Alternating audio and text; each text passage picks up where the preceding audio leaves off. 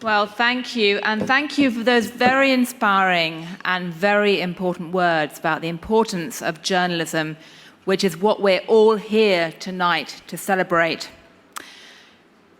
Two things. Firstly, just a quick reminder that we do have the silent auction photos during the dinner break, so do remember to bid on that. It is for a good cause. It is supporting more journalism, which is what we're here tonight to celebrate. But before that, we're going to start with something I promised earlier, which is a conversation, a Newsmaker conversation with Kevin Sneader, who is a global managing partner of McKinsey. Now, he hails, like me, from Brexit-plagued Britain, initially, but he hails from the cool part, which is Glasgow, Scotland. Those are the non-Brexiteers right now, the anti-Brexiteers. It's good to be Scot. But he's built up his career all over the world. He currently lives in Hong Kong. I'm sure he has some pretty interesting stories to tell about that. But he travels all around the world running McKinsey these days. So he has a truly fascinating perspective on what's really happening in the global economy, the world of business and finance, and what journalists do or not need to do to cover that.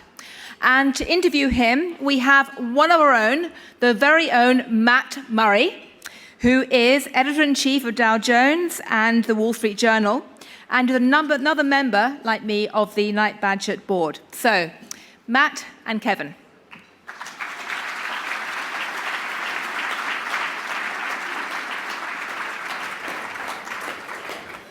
Thanks, Gillian. Kevin, thanks for being here. We really appreciate it. You jetted in just now in the rain, so it's great to have you here. So thanks for coming.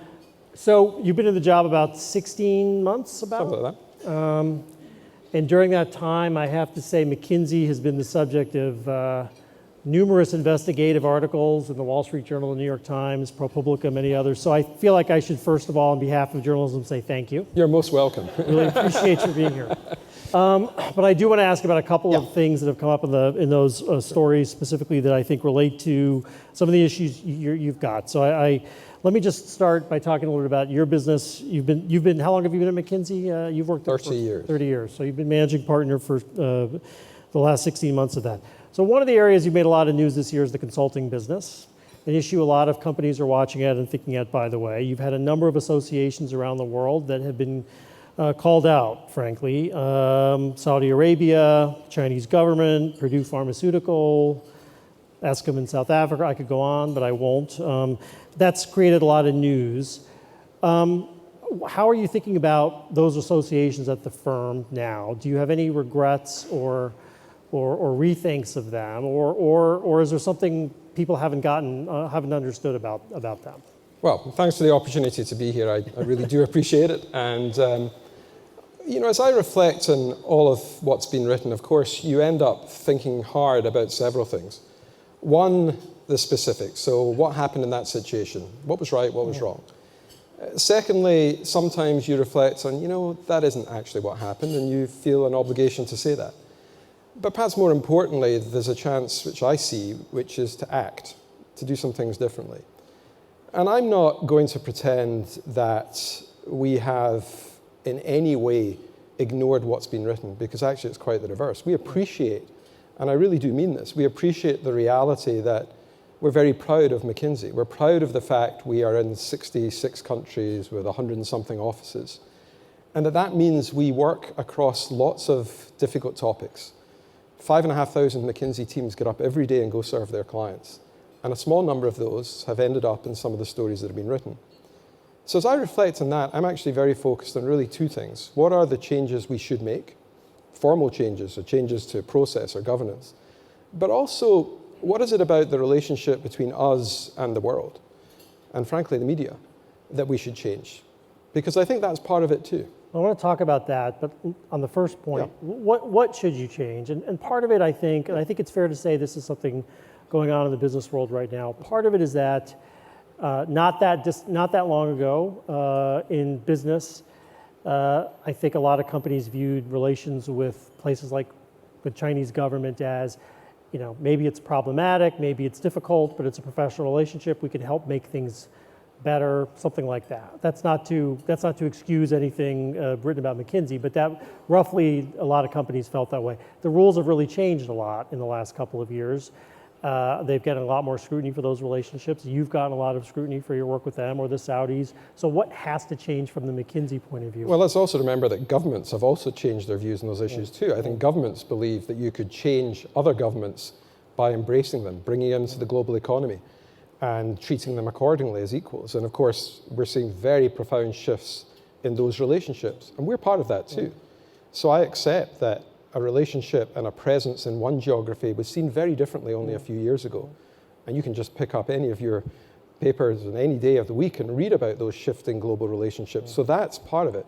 So what I have to do, what we have to do, is to really be able to step back and answer a question which is around, how do we want to operate in large parts of the world that look very different to even the part of the world where Gillian referenced I grew up?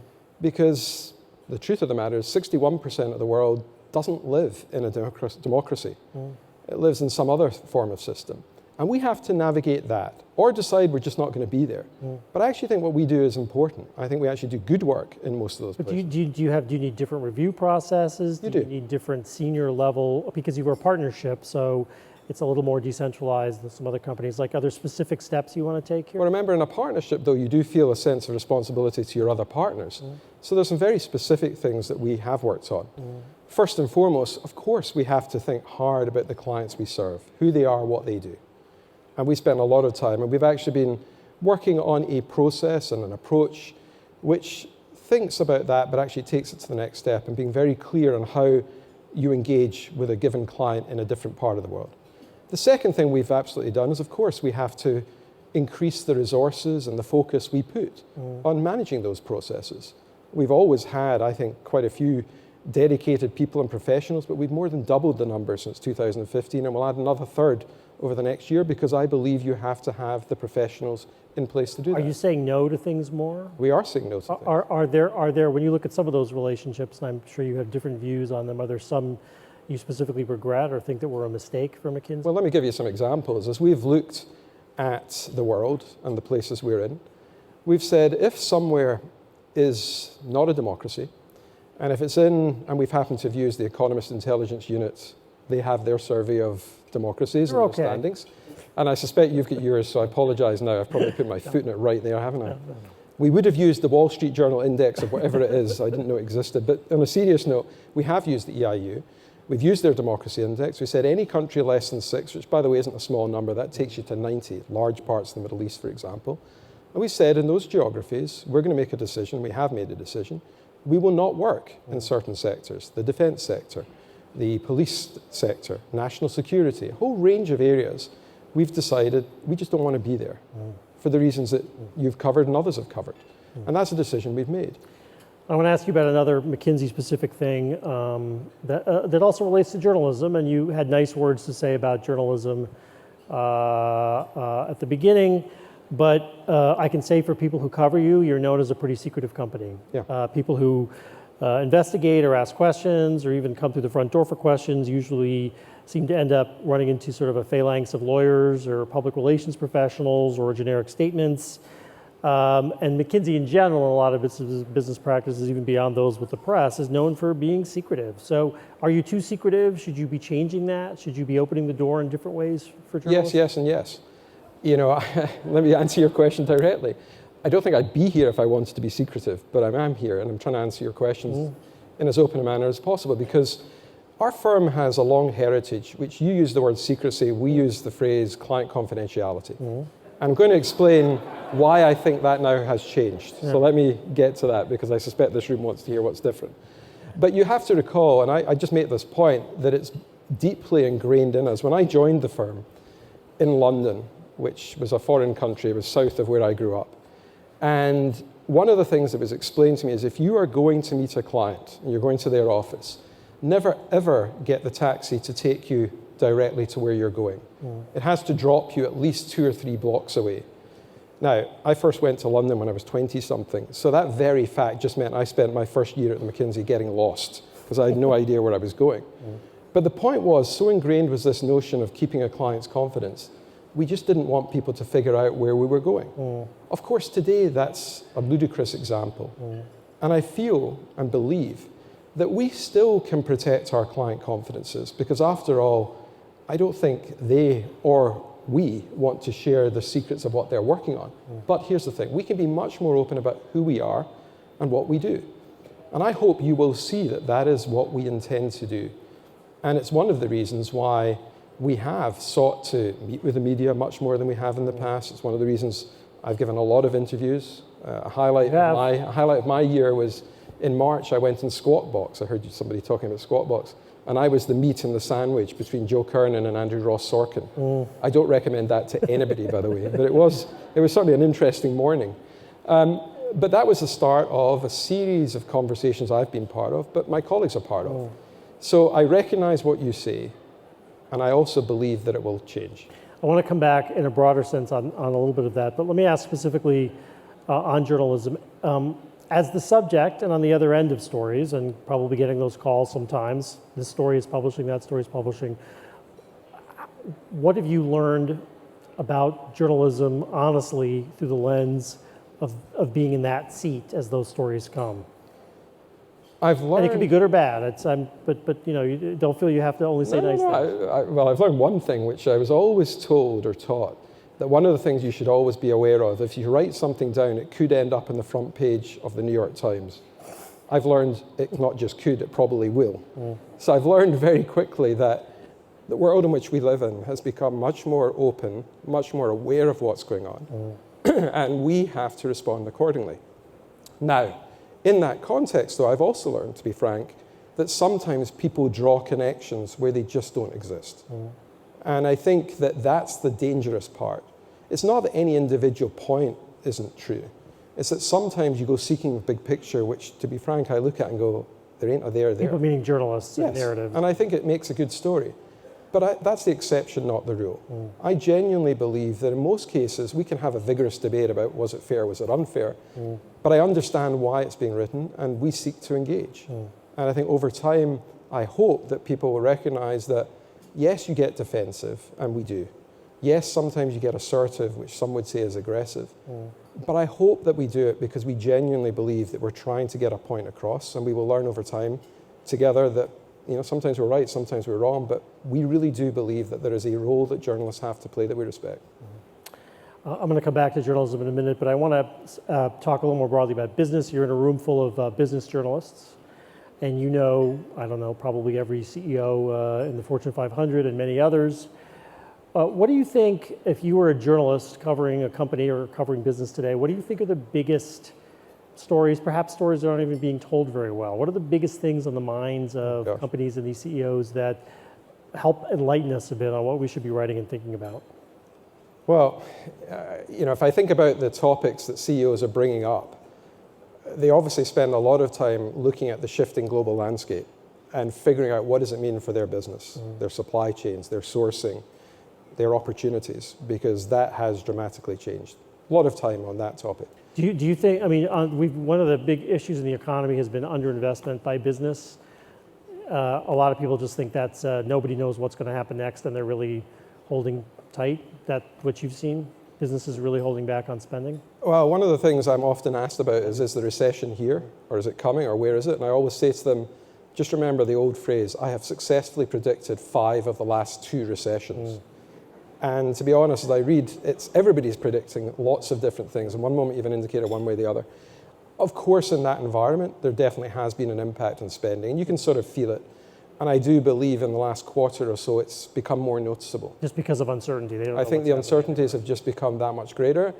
And yet, one of the things I'm very struck by when I speak to CEOs and ask them how their business is doing, most of them say, actually, it's doing fine, but I'm really worried about everybody else's business. And I think therein lies the problem. When you hear that often enough, you start to really get into a world which we're in now, of people just saying, you know what, let's just slow it down and hold it. And I think I'm particularly sensing that in, for example, the technology sector at the moment. What about values as an issue? One of the big stories in recent weeks was the business roundtables thinking of their statement. You were just talking a little bit about values at McKinsey, but sort of the purpose of business isn't just isn't just to make money, but there's a strong values element, a strong societal element. There, you have to think about all the stakeholders. I know when Mark talks in a bit, that's a big topic on Mark Benioff's mind.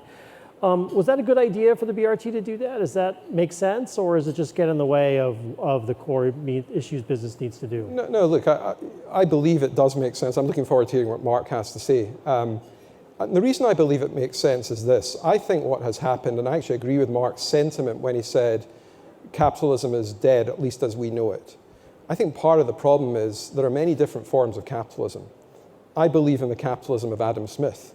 I would say that, wouldn't I? Because he's from Glasgow, so I have to say that. But Adam Smith in 1776 wrote The Wealth of Nations and all the stuff about how markets work. And I think there was a lot going on in 1776, which meant that's the book people remember. They forget that in 1759, he wrote The Theory of Moral Sentiment. And there are several things significant about that book. First and foremost, he wrote it when he was the professor of philosophy at Glasgow University. That is the finest institution on this planet. And I say that with no apologies, Columbia, but it really is. So that's the first point. But the second and important point is actually what Adam Smith wrote about was that the interests of the person of commerce is not separate and detached from the community. And they should be prepared to sacrifice their little interest in the interest of the community. Adam Smith wrote about a stakeholder economy when we weren't using that word. So the fact that the BRT has taken a stand and said, we're moving on from shareholder primacy, I think is just right. And it's right for so many reasons. But do they mean it? How do we know it's not just PR? Because companies have been talking about value statements for 30 years. Sure. And is it greenwashing and all that? Yeah, I mean, it seems like everybody's antenna go up that they're skeptical when they hear that kind of thing. Well, I hear the skepticism, but I also see more action on the consequences of that statement. I see a lot more CEOs who are beginning to have a set of incentives that's not just about shareholder value creation, and that actually does talk about environmental impact. And you can see that in a whole range of industries, from mining all the way through to the other energy companies, quite strikingly so. So that's happening. The second thing is, I don't think anyone who leads a business, I don't feel different from this at all, doesn't recognize that the community grants a license to operate. And that license to operate impacts what you can do and how you can do it.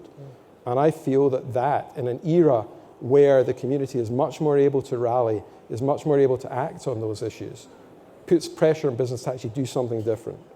And the final point is, I do believe that some of the issues which are having a real economic impact on business are now evidently those that people would have put under the heading of, well, they just would say that, wouldn't they? The environment is an obvious one. I spend a lot of time now, not just talking about the environment, but understanding the economic consequences for business today of, for example, only one crop season in Brazil versus two. Think of what that does to commodity prices. Or the reality of ever-increasing insurance rates because of the wildfires damaging the supply of utilities.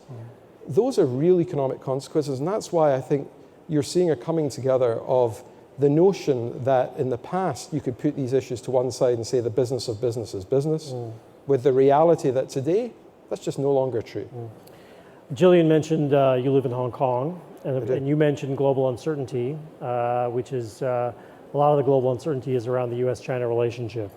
And there's been a big story lately in business, which has been the NBA, and the sort of way that the Chinese reacted against the tweets from the Houston Rockets GM. And it's had a very chilling effect on a lot of Western brands and businesses who suddenly are realizing the power China plays in the market.